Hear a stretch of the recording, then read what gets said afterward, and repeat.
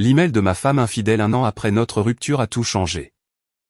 Je pensais que surprendre ma femme en flagrant délit d'adultère était la pire chose qui puisse arriver à nos 21 ans de mariage. J'avais tort. L'email qu'elle m'a envoyé 1 an après notre divorce a révélé une trahison si dévastatrice qu'elle m'a fait remettre en question tout ce que je pensais savoir sur la femme avec qui j'avais partagé ma vie. Je m'appelle Nicolas Moreau. J'ai 52 ans et jusqu'à il y a 3 ans, je pensais avoir tout compris. J'avais bâti Moreau Fourniture Industrielle à partir de rien pour en faire une opération de plusieurs millions d'euros, distribuant des machines et équipements lourds aux usines de fabrication à travers le Grand Est.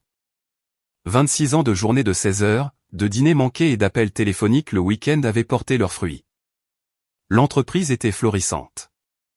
Mes 2 enfants, Samuel et Sophie, étaient de bons élèves, et ma femme, Monique, semblait contente de notre vie confortable en banlieue de Lyon. Ce mardi soir d'octobre a commencé comme les autres. Je venais de conclure un accord avec une usine sidérurgique à Saint-Étienne, un contrat d'une valeur de près d'un demi-million d'euros. Je me sentais bien, prévoyant d'emmener Monique dîner au restaurant pour fêter ça. Peut-être raviver cette étincelle que nous avions perdue en cours de route. Je suis arrivé à l'aller vers 19h30, plus tard que d'habitude, mais pas rare pour moi. La maison était calme quand je suis entré, ce qui m'a semblé étrange. D'habitude, Monique avait la télévision allumée dans la cuisine pendant qu'elle préparait le dîner, et j'entendais Sophie pratiquer le piano à l'étage. « Monique, tu es là ?» ai-je appelé, posant ma mallette près de la porte d'entrée. Pas de réponse. J'ai traversé le salon vers la cuisine, desserrant ma cravate. C'est là que je l'ai entendue. Des rires venant de l'étage, mais ce n'était pas le genre de rire que j'avais l'habitude d'entendre de ma femme. C'était différent, intime, la façon dont elle riait avec moi quand nous sortions ensemble. Mon estomac s'est noué en montant les escaliers, chaque pas semblant plus lourd que le précédent. Le son venait de notre chambre, et la porte était légèrement ouverte. Je me suis approché lentement, ne voulant pas croire ce que mes instincts me disaient. Par l'interstice de la porte, je pouvais voir Monique assise sur notre lit dans une robe de soie que je lui avais achetée pour Noël l'année dernière. Elle tenait son téléphone, manifestement en appel vidéo avec quelqu'un. Son langage corporel était détendu, flirtant, même d'une manière que je n'avais pas vu diriger vers moi depuis des années. « J'ai hâte de te voir ce week-end », disait Monique à la personne à l'écran. « Cela fait trop longtemps depuis notre dernier voyage. » Mon sang s'est glacé. « Voyage ? Quel voyage ? » « Je sais, bébé, » dit la voix d'un homme à travers le haut-parleur du téléphone. « Je pense à toi constamment depuis Lyon. » Lyon, la conférence d'affaires à laquelle elle avait assisté le mois dernier, celle où elle prétendait rencontrer des fournisseurs potentiels pour son cabinet de conseil en design d'intérieur. Je suis resté figé dans le couloir, regardant ma femme depuis 21 ans flirter avec un autre homme dans le lit que nous partagions. Elle ne m'avait pas encore remarqué, trop absorbée par sa conversation pour sentir ma présence. « Monique » ai-je dit doucement, poussant la porte plus loin. Elle s'est retournée si vite qu'elle a failli laisser tomber le téléphone, son visage devenant blanc en me voyant là. La culpabilité dans ses yeux m'a dit tout ce que j'avais besoin de savoir. « Nicolas, ce n'est pas ce que ça semble être », a-t-elle balbutié, mettant rapidement fin à l'appel. Mais j'en avais déjà assez entendu. L'intimité décontractée, la mention de voyage dont je ne savais rien. La façon dont elle avait rayonné ces derniers temps. Des pièces d'un puzzle que j'ignorais inconsciemment se sont soudainement mises en place. Je n'ai pas crié ou jeté des choses comme on voit dans les films. Au lieu de cela, je l'ai juste regardée, me sentant comme si je regardais une étrangère portant le visage de ma femme. « Qui était-ce » ai-je demandé, ma voix étonnamment calme. Monique a serré son téléphone contre sa poitrine, sa bouche s'ouvrant et se fermant sans que des mots n'en sortent. Ce silence m'a tout dit. Je suis sorti de cette chambre sans un mot de plus. Il n'y avait rien que Monique puisse dire qui donnerait un sens à ce que je venais de voir. Et je n'allais pas lui donner la chance de raconter plus de mensonges. Je suis allé directement à mon bureau à domicile et me suis servi 3 doigts de bourbon. Mes mains tremblaient en portant le verre à mes lèvres. 21 ans de mariage, et j'avais pris ma femme en flagrant délit avec un autre homme. Le pire n'était même pas la trahison elle-même. C'était de réaliser depuis combien de temps je vivais dans un paradis de dupes. Vers minuit, Monique a frappé doucement à la porte du bureau. « Nicolas, il faut qu'on parle » a-t-elle dit à travers le bois. « Non, on n'a pas » ai-je répondu, sans lever les yeux des rapports financiers que je faisais semblant d'examiner. Elle a quand même ouvert la porte et est entrée, maintenant vêtue d'un jean et d'un pull. Ses yeux étaient rouges, mais je ne pouvais pas dire si c'était à cause des pleurs ou juste de l'épuisement. Ce que tu as vu ce soir? C'est compliqué, commença Monique. J'ai finalement levé les yeux vers elle. Compliqué? Tu étais à moitié nu en train de parler à un autre homme de voyage que je ne savais pas que tu avais fait. Cela me semble assez simple. Monique s'est assise sur la chaise en face de mon bureau sans y être invitée. Tu ne comprends pas la situation dans laquelle nous étions, Nicolas. Nous n'avons pas été heureux depuis des années. Nous. J'ai posé mon verre plus fort que nécessaire. Ne me traîne pas dans ta justification de la tromperie. Quand est-ce que nous sommes sortis ensemble pour la dernière fois, a rétorqué Monique. Quand est-ce que tu m'as demandé comment s'était passée ma journée? Tu rentres à la maison, dînes en silence et disparais dans ce bureau jusqu'à l'heure du coucher. Je me suis levé, sentant ma colère monter.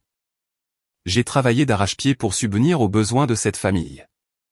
Chaque journée de 16 heures, chaque dîner manqué, chaque appel téléphonique le week-end était pour toi et les enfants. Pourvoir n'est pas la même chose qu'être présent, a dit Monique, sa voix devenant plus nette. J'avais besoin d'un mari, pas seulement d'un salaire, alors tu en as trouvé un ailleurs. J'ai contourné le bureau pour lui faire face. Depuis combien de temps cela dure-t-il? Monique a détourné le regard. Cela a commencé par de simples discussions en ligne. Il y a environ 6 mois. 6 mois. J'ai eu l'impression d'avoir reçu un coup de poing dans l'estomac. Et le voyage à Lyon. C'est là que nous nous sommes rencontrés en personne pour la première fois, a-t-elle admis. Jésus, Monique, j'ai passé mes mains dans mes cheveux. As-tu la moindre idée de ce que tu nous as fait? À Samuel et Sophie. Les enfants n'ont rien à savoir, a dit Monique rapidement. Nous pouvons nous en sortir. Aller en thérapie. J'ai fait une erreur, mais... Une erreur, les jeux interrompus. Une erreur, c'est d'oublier d'acheter du lait. C'était un choix. Plusieurs choix sur 6 mois. Monique s'est levée. Les larmes commençaient à couler. Je sais que je t'ai fait du mal, mais j'étais seul.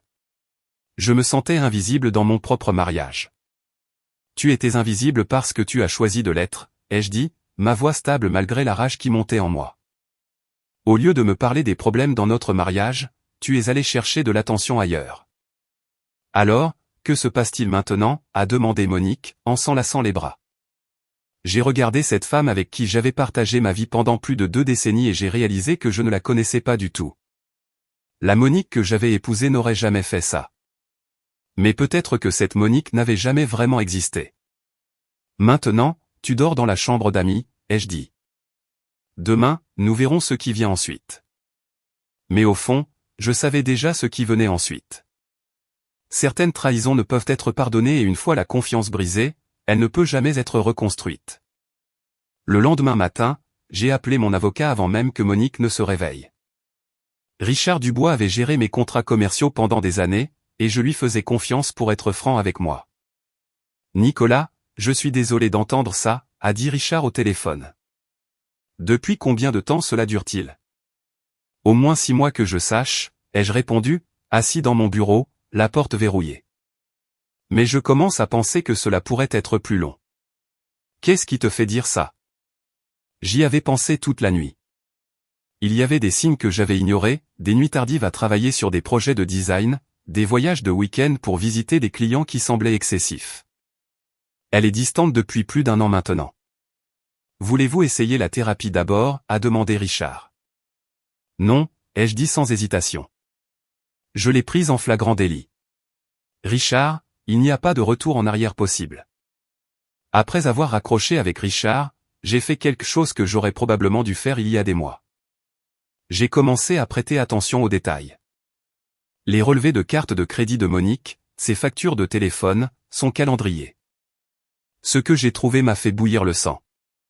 Des frais d'hôtel à Lyon dont je ne savais rien. Des dîners coûteux pour 2 alors qu'elle prétendait manger seule. Des appels téléphoniques au même numéro durant des heures. Toujours quand j'étais au travail.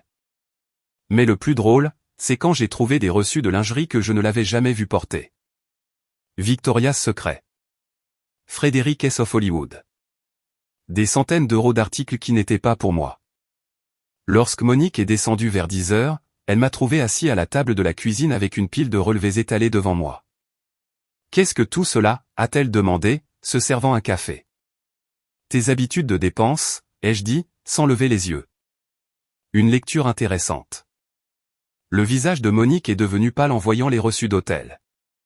Nicolas, je peux expliquer. Peux-tu? Je me suis levé, tenant l'un des reçus.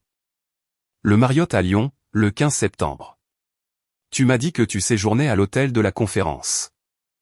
J'y étais, a dit Monique faiblement. La conférence était au Hyatt, ai-je répondu. J'ai vérifié. Monique s'est assise lourdement sur la chaise en face de moi. Pour la première fois depuis que tout ce gâchis avait commencé, elle semblait vaincue. Combien de temps, ai-je demandé. Et ne me mens plus. J'en ai assez des mensonges. 2 ans, a-t-elle murmuré. 2 ans. La trahison m'a frappé comme un coup physique. Jésus, Monique. 2 ans. Cela a commencé en ligne, a-t-elle dit, les larmes coulant maintenant. Juste des discussions au début, puis des appels vidéo. La première fois que nous nous sommes rencontrés en personne, c'était l'année dernière lors de ton prétendu mariage de sœur à Marseille. J'ai demandé. Monique a hoché la tête, incapable de me regarder dans les yeux. J'ai senti quelque chose en moi s'éteindre complètement. Ce n'était pas seulement une liaison. C'était une double vie. Pendant 2 ans, elle m'avait menti en face tous les jours. Je veux que tu partes, ai-je dit doucement. Nicolas, s'il te plaît. Fais tes bagages et va rester chez tes parents. Je demanderai à Richard de rédiger les papiers de séparation.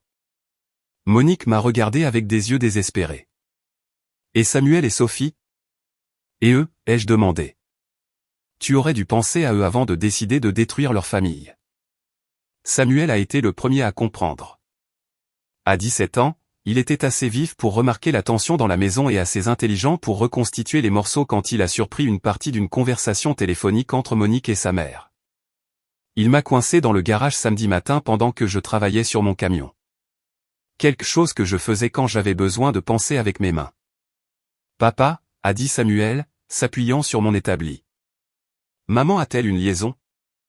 J'ai arrêté ce que je faisais et j'ai regardé mon fils.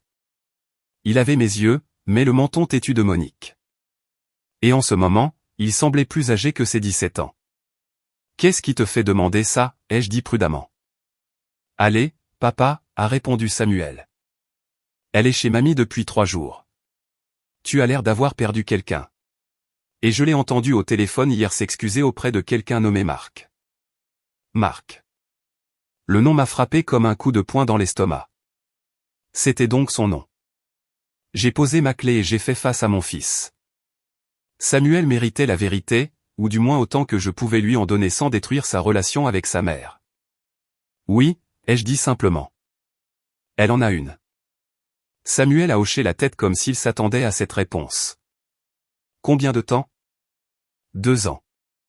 Mince, a dit Samuel, puis m'a regardé en s'excusant. Désolé. C'est bon, fiston. J'ai pensé pire que ça. Nous sommes restés silencieux un instant, tous les deux en train de digérer ce que cela signifiait pour notre famille.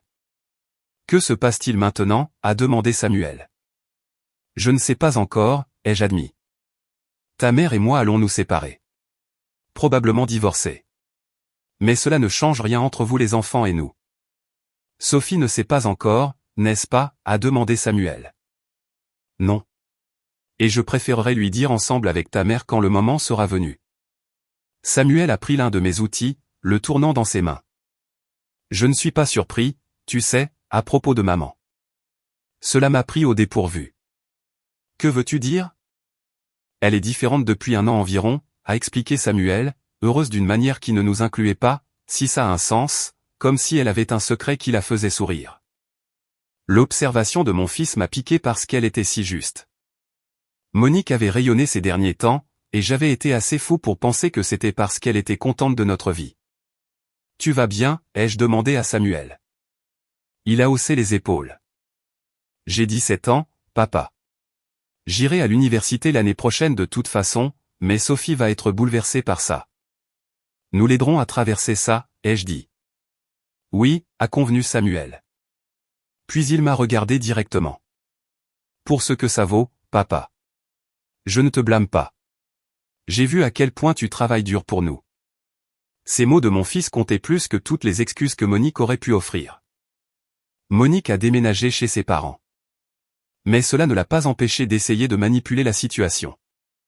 Elle a appelé constamment, a envoyé de longs messages expliquant à quel point elle était désolée, et est même venue à mon bureau 2 fois pour essayer de me convaincre de lui donner une autre chance. Ce que vous ne saviez pas, c'est que j'avais engagé un détective privé. Tony Brunel m'avait été recommandé par Richard, mon avocat. Ancien détective de police spécialisé dans les affaires d'adultère. En une semaine, il avait découvert plus que ce que j'avais prévu. Votre femme a été très occupée, a dit Tony, assis en face de mon bureau avec un épais dossier dans les mains. Ce personnage de Marc, son nom complet est Damien Martin. Il a 38 ans, divorcé, travaille dans la vente de matériel médical. Comment se sont-ils rencontrés, ai-je demandé. Site de rencontre en ligne, a répondu Tony. Elle a créé un profil il y a 2 ans et demi en utilisant son nom de jeune fille. 2 ans et demi. Encore plus longtemps que je ne l'avais pensé. Il y a plus, a poursuivi Tony, ouvrant le dossier. Les relevés bancaires montrent qu'elle a ouvert un compte courant séparé il y a 18 mois. Elle a siphonné de l'argent de votre compte joint. De petites sommes, mais constantes. Environ 2000 € par mois. 2000 €. J'ai senti ma tension artérielle monter. Qu'est-ce qu'elle en a fait? Hôtel, restaurant, vêtements, cadeaux pour lui, a dit Tony. Et il y a autre chose que vous devez voir. Il m'a tendu une photographie qui m'a fait tordre l'estomac. Monique et Damien Martin dans un restaurant, l'air confortable et intime. Mais ce n'est pas ce qui m'a choqué. C'était l'horodatage. La photo avait été prise il y a 3 semaines, après que je l'ai déjà prise et jetée dehors. Elle le voit toujours, ai-je demandé. Jamais arrêté, a confirmé Tony. Ils se sont rencontrés 2 fois cette semaine, seuls. J'ai fixé la photo, sentant toute la sympathie qui me restait pour Monique s'évaporer complètement. Elle me suppliait de lui pardonner tout en continuant à voir son amant derrière mon dos. Il y a encore une chose, a dit Tony. Martin a déjà été marié 2 fois. Les 2 mariages se sont terminés à cause de ces liaisons. Votre femme n'est pas son premier rodéo. Ce soir-là, j'ai assis Samuel et Sophie pour la conversation que je redoutais. Les enfants, je dois vous dire que votre mère et moi allons divorcer, ai-je dit doucement. Sophie, ma fille de 14 ans, s'est mise à pleurer immédiatement. C'est à cause de nous? Non, ma chérie, ai-je dit, la serrant contre moi. Cela n'a rien à voir avec toi ou Samuel. Parfois, les adultes font des choix qui blessent les gens qu'ils aiment. Samuel, qui connaissait déjà la vérité, a mis son bras autour de sa sœur. Maman a pris de mauvaises décisions, Sophie. Papa n'est pas celui qui a tout gâché. On ne peut pas arranger ça, a demandé Sophie à travers ses larmes. Certaines choses ne peuvent pas être arrangées, ai-je dit, le cœur brisé pour elle. Mais ce qui ne changera pas, c'est à quel point votre mère et moi vous aimons tous les deux. Le lendemain, Monique est venue à la maison pendant que j'étais au travail et que les enfants étaient à l'école. Quand je suis rentré, je l'ai trouvée dans mon bureau à domicile. Qu'est-ce que tu fais, ai-je exigé. Monique s'est retournée, tenant certains de mes dossiers commerciaux. J'ai le droit de connaître nos finances. Nos finances? Je lui ai arraché les dossiers des mains. Tu veux dire les finances que tu as volées pendant 2 ans? Son visage est devenu pâle. Je ne sais pas de quoi tu parles. Je me suis dirigé vers mon bureau et j'ai sorti les relevés bancaires que Tony m'avait donnés. 2000 € par mois, Monique. Pendant 2 ans. C'est 48 000 € que tu as pris à notre famille pour financer ta liaison. La contenance de Monique a finalement cédé. J'avais besoin de cet argent. Tu ne comprends pas ce que c'était de vivre avec toi. Vivre avec moi, ai-je demandé incrédule. Ce n'est pas moi qui ai triché, menti et volé. Tu es froid, Nicolas, a dit Monique, sa voix montant. Tu rentres à la maison, tu manges, tu travailles, tu dors. Quand est-ce que tu m'as dit que tu m'aimais pour la dernière fois? Quand est-ce que tu m'as donné une raison de le faire, ai-je rétorqué. Le pire dans la trahison de Monique n'était pas seulement la dévastation personnelle, c'était les implications professionnelles. Elle gérait les livres de Moreau Fourniture Industrielle depuis 5 ans. Et maintenant, je devais tout remettre en question. J'ai passé le week-end à examiner chaque registre financier, chaque facture, chaque transaction qu'elle avait touchée. Ce que j'ai trouvé m'a rendu malade. Elle avait aussi détourné des fonds de l'entreprise. De petits montants au début, 500 € par-ci, 1000 € par-là, marqués comme des dépenses professionnelles ou des paiements de fournisseurs qui n'avaient jamais eu lieu. Sur 3 ans, elle avait volé près de 75 000 € à l'entreprise. Lundi matin, j'ai appelé Richard immédiatement. Cela change tout, a dit Richard après que j'ai expliqué ce que j'avais découvert. Le détournement de fonds est un crime. Elle pourrait faire de la prison. Je ne veux pas la détruire, ai-je dit. Mais je ne peux pas laisser passer ça non plus. Vous devez vous protéger et protéger votre entreprise, a conseillé Richard. Déposez un rapport de police, documentez tout. Si vous n'agissez pas, vous pourriez être considéré comme complice. Cet après-midi-là, j'ai dû avoir la conversation la plus difficile de ma vie avec mon beau-père, Victor. Victor avait 71 ans, un ouvrier sidérurgiste à la retraite qui m'avait toujours traité comme le fils qu'il n'avait jamais eu. Il m'avait aidé à obtenir mon premier gros contrat il y a 20 ans, et je le respectais plus que presque n'importe quel homme que je connaissais. Victor, je dois te dire quelque chose à propos de Monique, ai-je dit quand il a ouvert sa porte. Nous nous sommes assis dans son salon et j'ai tout exposé. L'affaire, l'argent volé, les mensonges. Victor a écouté sans interrompre, son visage buriné devenant plus dur à chaque révélation. Combien a-t-elle pris, a-t-il demandé finalement. À l'entreprise. 75 000. De nos comptes personnels? Encore 48 000. Victor est resté silencieux un long moment.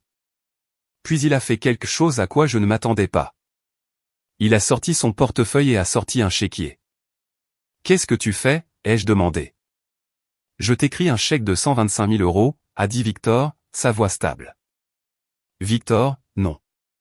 Je ne peux pas te laisser. Tu peux et tu le feras, m'a-t-il interrompu.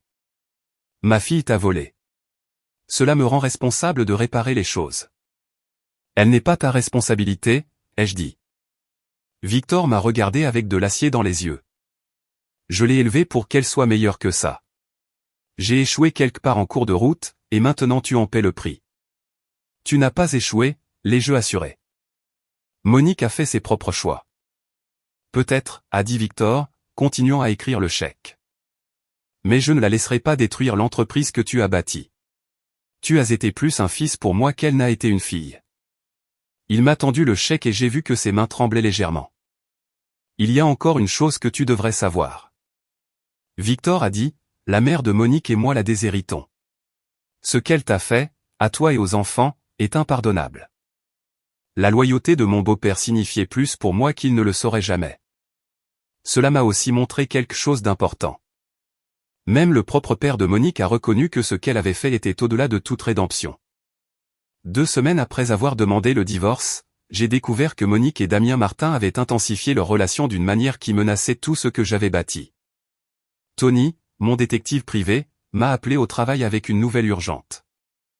Nicolas, nous avons un problème, a dit Tony. Martin a pris des photos de vos documents financiers. Quelqu'un lui a donné des informations internes sur votre entreprise. Quel genre d'informations, ai-je demandé, sentant un frisson me parcourir l'échine. Liste de clients, contrat de fournisseurs, marge bénéficiaire, le genre de choses qui pourraient détruire votre avantage concurrentiel si elles tombaient entre de mauvaises mains. Je me suis assis lourdement sur ma chaise de bureau. Monique, c'est mon hypothèse. Tony a confirmé. Elle avait accès à tout avant que vous ne la jetiez dehors. La question est, qu'est-ce que Martin prévoit de faire avec ça?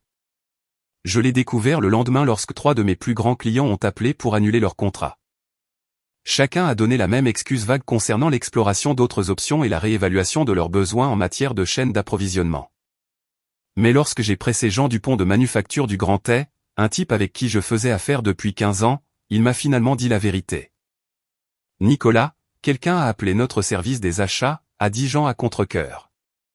Il propose le même équipement que vous, mais 20% moins cher que vos prix. Il connaissait des détails sur nos contrats actuels que seul vous devriez connaître. Qui appelait, ai-je demandé, bien que je soupçonnais déjà la réponse. Un type nommé Martin a dit qu'il travaillait pour une nouvelle société de distribution appelée Fourniture Industrielle Supérieure. Mon sang a bouilli. Damien Martin ne couchait pas seulement avec ma femme. Il utilisait des informations qu'elle lui avait données pour détruire mon entreprise. J'ai appelé Richard immédiatement. C'est de l'espionnage industriel, a dit Richard après que j'ai expliqué la situation. C'est un crime fédéral. Nous pouvons non seulement l'arrêter, mais nous pouvons le poursuivre en justice pour dommages et intérêts. Faites-le, ai-je dit sans hésitation. Quoi qu'il en coûte.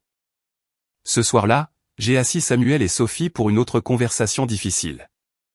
Les enfants, je dois vous faire savoir que l'ami de votre mère essaie de nuire à notre entreprise familiale, ai-je dit prudemment. La mâchoire de Samuel s'est serrée. Que voulez-vous dire? Il utilise des informations que seule une personne de notre famille connaîtrait pour voler nos clients. Maman lui a dit, a demandé Sophie, sa voix petite. Il semble que oui, ai-je admis. Samuel s'est levé, faisant les 100 pas vers la fenêtre. Alors, elle ne te trompe pas seulement. Elle essaie de détruire tout ce que nous avons. Votre mère a fait de très mauvais choix, ai-je dit, mais nous allons riposter. Que pouvons-nous faire, a demandé Samuel. Nous allons leur montrer que la famille Moreau ne recule pas devant un combat. Le lendemain matin, j'ai fait quelque chose qui a surpris tout le monde, y compris moi-même. Au lieu de simplement jouer la défense, je suis passé à l'offensive. J'ai appelé tous les clients que Martin avait contactés et leur ai fait une offre qu'ils ne pouvaient pas refuser, un contrat de 5 ans à 15% en dessous de mes tarifs actuels avec une garantie que je égalerais le prix de tout concurrent pendant la durée du contrat. Cela m'a coûté des profits à court terme, mais cela a sécurisé ma base de clients et a coupé l'herbe sous le pied de Martin. Ensuite, j'ai convoqué une conférence de presse. Mesdames et messieurs, ai-je dit aux journalistes spécialisés qui s'étaient réunis dans mon bureau, je tiens à avertir la communauté de l'approvisionnement industriel d'une nouvelle entreprise appelée Fourniture Industrielle Supérieure dirigée par Damien Martin. Cet individu utilise des informations propriétaires volées pour saper des entreprises légitimes. L'histoire a été publiée dans 3 publications commerciales cette semaine-là. En quelques jours, la réputation de Martin dans l'industrie a été détruite. Mais Monique n'avait pas encore fini de se battre de manière déloyale. Le coup suivant de Monique était si bas, si calculé, qu'il m'a fait réaliser que je n'avais jamais vraiment connu la femme avec qui j'étais marié. Elle m'a accusé de violence domestique. J'étais au bureau quand Richard a appelé avec la nouvelle. Nicolas, Monique a déposé une ordonnance restrictive, a dit Richard, sa voix sombre. Elle prétend que vous l'avez menacée et qu'elle craint pour sa sécurité. C'est fou, ai-je dit. Je ne lui ai même pas parlé depuis 2 semaines. Je sais, mais le juge doit prendre ces allégations au sérieux. Une audience est prévue pour demain. Cette nuit-là, j'ai dû expliquer à Samuel et Sophie pourquoi des policiers étaient à notre porte pour me remettre des papiers. Papa, tu n'as jamais fait de mal à maman, a dit Sophie, les larmes aux yeux. Je sais, ma chérie, ai-je dit, la serrant contre moi. Mais parfois les gens mentent quand ils sont désespérés. Samuel était furieux. Elle essaie de te faire passer pour le méchant afin d'obtenir plus d'argent lors du divorce. Peut-être, ai-je convenu, mais nous allons gérer cela correctement, avec la vérité et des preuves. L'audience du lendemain a été un cauchemar. Monique a témoigné et a affirmé que j'avais été émotionnellement abusif pendant des années, que j'avais menacé de la détruire financièrement et qu'elle avait peur que je ne devienne violent. C'était une bonne actrice. Je devais lui donner ça, des larmes au bon moment, une voix tremblante lorsqu'elle décrivait sa peur de moi. Mais Richard était prêt pour elle. Madame Moreau, a dit Richard lors du contre-interrogatoire, n'est-il pas vrai que vous avez eu une liaison avec monsieur Damien Martin pendant plus de 2 ans? Cela n'a rien à voir avec. S'il vous plaît, répondez à la question. Avez-vous eu une liaison? Oui, mais... Et n'est-il pas vrai que monsieur Martin a utilisé des informations confidentielles sur l'entreprise de votre mari pour voler ses clients? L'avocat de Monique a objecté, mais le mal était fait. Le juge pouvait voir de quoi il s'agissait vraiment, et, madame Moreau, a poursuivi Richard, quand exactement ces prétendues menaces ont-elles eu lieu? Parce que mon client séjourne chez son frère depuis une semaine pour éviter tout contact avec vous. L'histoire de Monique a commencé à s'effondrer sous l'examen. Elle n'a pu fournir ni date précise ni témoin de mes prétendues menaces. Son propre témoignage a révélé que nos interactions avaient été minimales et menées par l'intermédiaire d'avocats. Le juge a rejeté sa demande d'ordonnance restrictive. Madame Moreau, a dit le juge d'un ton sévère, faire de fausses accusations de violence domestique est une affaire sérieuse. Ces allégations semblent être motivées par la procédure de divorce plutôt que par de véritables préoccupations de sécurité. En sortant de ce palais de justice, j'ai eu l'impression d'avoir gagné une bataille majeure. Mais j'ai aussi réalisé que Monique était prête à détruire ma réputation, ma relation avec mes enfants et ma position dans la communauté pour obtenir ce qu'elle voulait. La femme que j'avais épousée avait disparu, remplacée par quelqu'un qui ne reculerait devant rien pour gagner. Mais elle avait choisi le mauvais homme à sous-estimer. J'avais bâti mon entreprise à partir de rien. Survécu à des récessions et à des attaques concurrentielles. Et je n'allais pas la laisser détruire tout ce pour quoi j'avais travaillé. Les gants étaient tombés maintenant. Il était temps de montrer à Monique ce qu'était la vraie guerre. 6 mois après la finalisation du divorce, j'ai pris la décision qui mettrait fin au jeu de Monique pour toujours. Elle avait contesté le règlement financier bec et ongle, affirmant qu'elle méritait plus d'argent malgré son vol et sa trahison. Ce qu'elle ne savait pas, c'est que j'avais soigneusement planifié mon prochain coup. Pendant notre mariage, nous avions accumulé des actifs dans divers comptes et placements. Le tribunal avait ordonné un partage 50-50e, mais il y avait des moyens de protéger ce qui m'appartenait légitimement sans enfreindre aucune loi. J'ai liquidé mes participations commerciales et tout restructuré sous une nouvelle société avec Samuel comme associé à 51%. À 17 ans, il était assez âgé pour comprendre ce que nous faisions et pourquoi.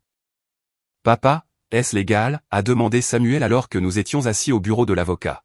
« Tout à fait légal », a confirmé Richard. « Votre père vous donne une participation majoritaire dans une nouvelle entreprise. » Monique n'a aucune revendication sur des actifs qui n'existaient pas pendant le mariage. En un mois, j'ai transféré tous mes équipements, contrats et relations clients à Moreau et Fils Fourniture Industrielle. Monique obtiendrait la moitié de ce que l'ancienne entreprise valait sur le papier, mais cette entreprise ne détenait plus aucun actif réel. Elle a engagé 3 avocats différents pour contester la restructuration, mais chacun de lui a dit la même chose.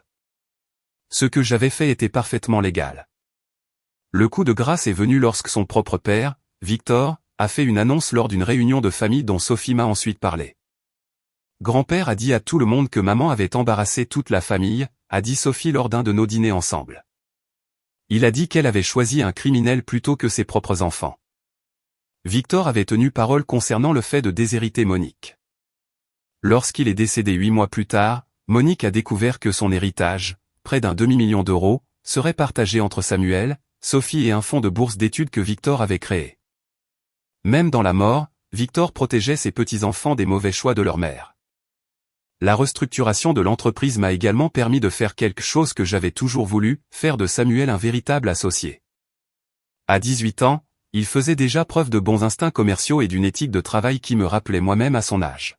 « Fils, tu as mérité ça », lui ai-je dit le jour où nous avons signé les documents de partenariat finaux.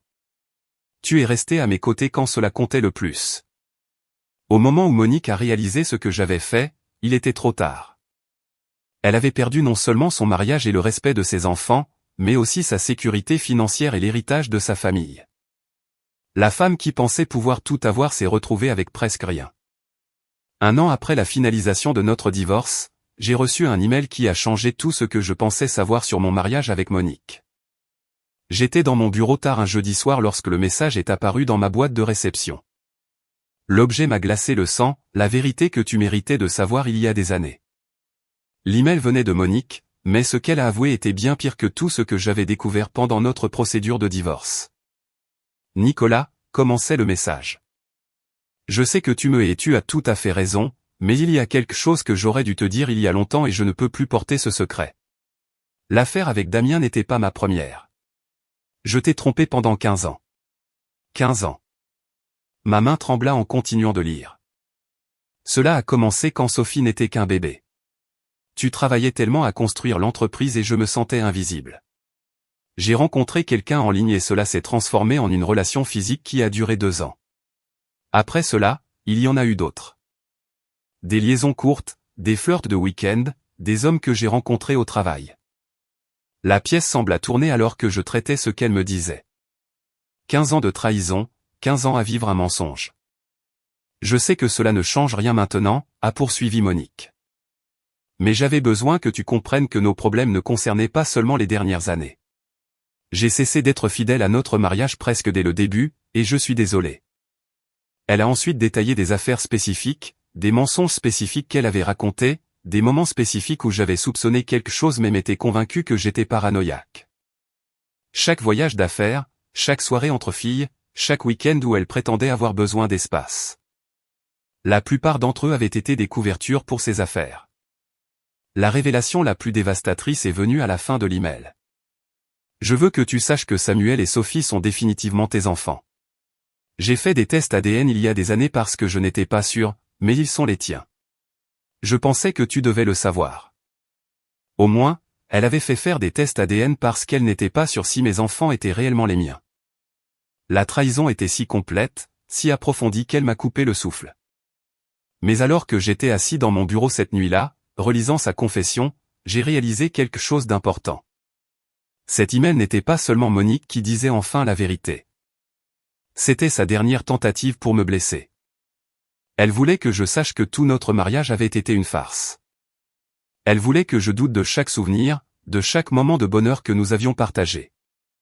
Elle voulait que je me sente comme le plus grand idiot qui ait jamais vécu. Au lieu de cela, je me suis senti libre. Toute la culpabilité que j'avais portée à cause de mon mariage raté, tous les doutes sur la possibilité d'avoir fait quelque chose de différent, toutes les interrogations sur le fait d'avoir été trop dur dans mon jugement d'elle, tout a disparu. Monique n'avait jamais été la femme que je pensais avoir épousée. La vraie Monique avait été une menteuse et une tricheuse depuis presque le tout début. La femme dont j'étais tombé amoureux n'avait jamais vraiment existé. J'ai supprimé l'email sans répondre et je suis rentré chez moi auprès de mes enfants. « Papa, tu as l'air différent ce soir », a dit Sophie quand je suis entré. « Différent comment ?» ai-je demandé. « Plus léger », a-t-elle dit, comme si tu ne portais plus quelque chose de lourd. Elle avait raison. Pour la première fois depuis la découverte de la trahison de Monique, je me sentais complètement en paix avec ma décision de mettre fin à notre mariage. J'avais combattu pour mes enfants, protégé mon entreprise et refusé de la laisser détruire tout ce que j'avais construit. Certains hommes auraient pu être anéantis en apprenant toute l'étendue de la trahison de leur ex-femme, mais je l'ai vu comme la preuve finale que j'avais fait le bon choix. Monique pensait qu'elle portait un coup fatal avec cet email. Au lieu de cela, elle m'avait donné le cadeau de la certitude absolue. J'étais mieux sans elle. Mes enfants étaient mieux sans elle. Et notre avenir était plus lumineux parce qu'elle n'en faisait plus partie.